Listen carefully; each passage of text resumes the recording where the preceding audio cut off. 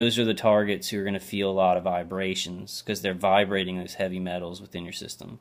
But getting back to my main point, because I'm so scatterbrained, I mean, it's just, I wake up like that sometimes and I'm like, should I go to the hospital? And it's almost every morning, or when I wake up, because usually I'm not waking up in the morning. But every time I wake up, my body is so extremely hurt and the muscles seem to be burned to the core. And my nervous system is just so raw, and the headaches are so bad that I question, should I just go to the hospital? I mean, should just this be the time? But getting back to my suggestion for this gentleman who's in extreme amounts of pain, I take kratom every day. So kratom, red vein kratom, I have found is a godsend. It's natural. It comes from a root. It's found in places like Borneo, Thailand, a bunch of other places. But the red vein kratom, I find that it calms me down, it reduces pain, and it also does affect a lot of the emotional things they can do with remote neural manipulation, like they can make you very angry or anxious or things like that. I feel like it really cuts into those things. So if you're at the edge of your rope, at the end of your rope, which a lot of us are, a lot of us are, even though I do some of these things sometimes, I'm at the end of my rope. But if you're really at the end of your rope and you just can't find anything for pain and you have not tried kratom, please try kratom. Go to Kratora. There's a lot of other places you can buy it online. You can get like I think 4 ounces for $50 on Kratora of either the Thai red vein is good, or the red vein Cali is also good. It's a very good quality of kratom. And then what I do is I take about 3 spoonfuls, uh, not teaspoons, but tablespoons, about 3 tablespoons of kratom, put it in orange juice, put it in enough orange juice to where, it'll mix well, and then shake it up, and drink that orange juice. I feel like orange juice is the best thing to mix it with because it really hides the kratom is a little bit gritty because it is a powder. Um, Tea is also very good to mix it with. Um, I could not live without kratom, and I have to take it every day. I think it is psychologically addictive, but it's not physically addictive.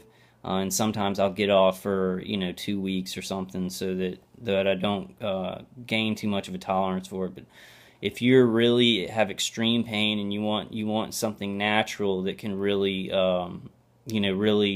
do a great job on it, try kratom, try red vein kratom, and you can try the other kinds. There's a white vein and a green vein, but they're meant for mood elevation, and energy. I think the green is for energy, and I think the white is for mood elevation. The red vein kratom is specifically for pain, and it digests in the stomach. And you know how like um, coffee releases alkaloids that give you energy. Kratom releases alkaloids that reduce pain and calm you down. So I really want to recommend that to TIs who are in a lot of pain. I'm glad he was talking about that on the call tonight, because I need to talk about that on my videos. We all need to talk about that on our videos. What helps us to get through. Now, I also do want to mention something else, and some people have disagreed with me about this, but for me, it really, really helps out, and it's very mild. Brian too, Robert Duncan, a lot of TIs talk about chemical shielding. Now, when I wake up every day, I take 1 milligram of Ativan or lorazepam. It's 1 milligram. The half-life is about 12 hours, so it lasts for 12. It stays in your body for 12 hours. This will dull down your nervous system. They give it to people in the emergency room at much higher dosages than 1 milligram. But like people who are having seizures, or go into anaphylactic shock, things like that, they give them lorazepam, because it numbs the nervous system. I take 1 milligram a day. and that really de-intensifies it. It buffers down the attacks because they are attacking our nervous system. So the more you can kind of numb your nervous system, the better you'll be. Now, a lot of people say that lorazepam is horribly addictive. I haven't found that. I found that I kind of you need to, if you do take it, don't just stop taking it right away, because you will go through withdrawals. Your nervous system will it'll be like that extreme swinging from one from a very dull nervous system to very raw nervous system. But I find it's very mild. The half-life is very long, so you take 1 milligram, it'll last you 12 hours. It's a cousin to Xanax, which I think Brian too takes as a chemical defense. The problem with Xanax that I found, though, is that it has a 6-hour half-life, so you would have to take like more a day, or maybe I don't know. But it's a cousin of Xanax. I think that the Ativan or lorazepam is way milder. I don't know if you're a TI that wants to stay away from pharmaceuticals, then maybe that's not for you. But it's really helped. I think that lorazepam can help way more than even painkillers, because it is toning down your nervous system and what it feels.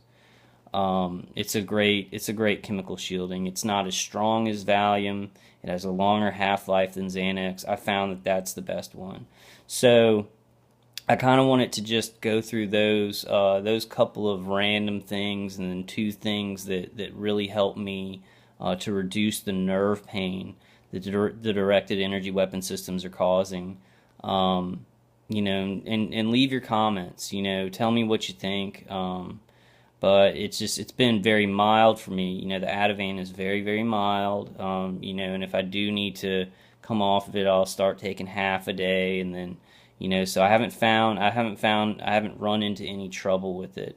And it really helps. It helps to just reduce the pain and anxiety that comes from this. So I found that it's a very good method. The Kratom is a more natural method that I found Kratom, and I've never stopped taking Kratom because it's just so good. It's so good to just relax, and you get a couple of hours of relaxation. It does stay in your system, so the pain won't be as bad.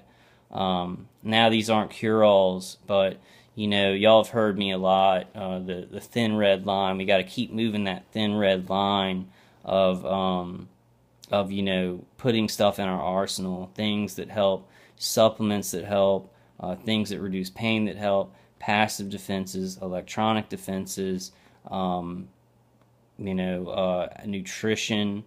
And I'm forgetting something else, but like things like Dave CD. I don't know if that I guess that would be an electronic defense.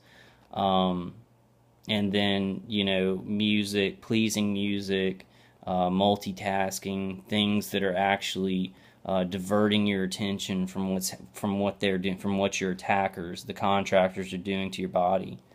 But all right, guys, I think that's about all I had today. I'm in extremely a lot of pain. I'm really tired. I'm going to be coming. I think I'm going to do some videos or a video about MK Ultra, kind of building that base further of the history of mind control experimentation, the history of torture and non-consensual human experimentation, especially in America. But other programs like that have been done in other countries throughout history, and I kind of I think that's a good way to really turn non-TIs heads, just regular people who are ignorant of this stuff, to show them that this is not something new. Non-consensual experimentation is not something new. This technology that they're using on us, directed energy weapon systems, has been around since like 1940. But why it's happening to so many people now is because the technology has been worked on and advanced, secretly from like 1940 to now. So now that they can put out more of these remote stations, they're being mass produced because it's the technology it has advanced that way. You know, like in 1940, there weren't as many targeted individuals as there were today. 1960, you know, I'd say this really ramped up where they started actually getting a lot of targeted individuals was after MK Ultra. That's my theory. And then there were some crux points, probably in between the end of MK Ultra and 2001. But then you had a big boom in about 2000, 2001 with the Patriot Act. And then there was also another big boom, I think, in 2008 with Obama rolling out the Brain Initiative. And then I think there was another big boom in around 2010, 2011, and then probably some other big booms where they just drew in more like a ton of target individuals during those times. So it's incrementally stepped up and taken in more target individuals. Please leave comments about what you think, about how you think this has grown. But I'm going to try and get to more of the history and some articles on the history. Definitely going to go through the patents of voice to skull and directed energy weapons.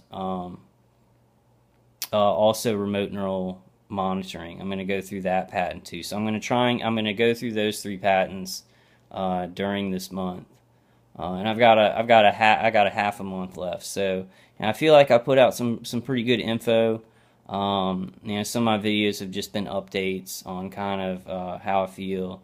Like right now, I've got just it's like underneath burning all over here, and my whole body's tired. But then I put my hand back here, and the back of my hat is hot in one point, in one big area right back here. So they're hitting me with a beam, and I can't feel it on the back of my hand. I just feel the heat on my hat. So sometimes stuff that they hit you with, you can just feel it when it hits your body. You don't actually feel the beam coming to you. Sometimes you can actually feel the beam as it's hitting you. But see, like right in this spot, there's this huge hot spot. And so they have a consistent stream of energy hitting right there. And I question whether what's happening is they put a big stream of energy in a wide spot. Oh, and I'm going to go to that website and check it out. Eric Carlstrom's website. I'm going to go to that and read some stuff about his interview with Dave Case to tell my theory that, you know, I think they hit a wide spot, and then our skin conducts it down to nerves in our ears or nerves in our eyes to actually enter the brain, to get to the brain. But I'll go through some more of that. I wanted to also tell y'all, check out the Vice documentary, The Nightmare World of Gang Stalking. Derek's on there from PAX International. A lot of TIs who are on the conference calls are actually being interviewed. On that new Vice documentary. I heard it on Derek's call tonight, but I have not seen it, so I'm probably going to watch that after I do this video. Alright guys, I think I'm going to end it there, I'll definitely be back soon, maybe later tonight. I'm going to be up all night, definitely tomorrow, more videos to come, and I'm just going to try and think of some ways to build a base and, showing non-TIs the history of this, and maybe, increasing our own education about the history of this, the Phoenix program, MK Ultra, things done around the world that set a precedent, the Tuskegee airmen experiments, non-consensual experimentation throughout history, to just really bring it home to people that this stuff happens, and the targeting that we're experiencing and citizens worldwide are experiencing with directed energy weapon systems is huge. It's like huge non-experimentation, but I want to show the precedent for it. MK Ultra is a lot bigger, than I think some people think. What was a lot more people. They were doing it to a lot more people than I think some people think. But all right, guys. I will see you on the next one. God is behind us. Let's stay strong, and let's keep getting info out there. I love you guys. I hope y'all are halfway comfortable and I'll see you on the next one.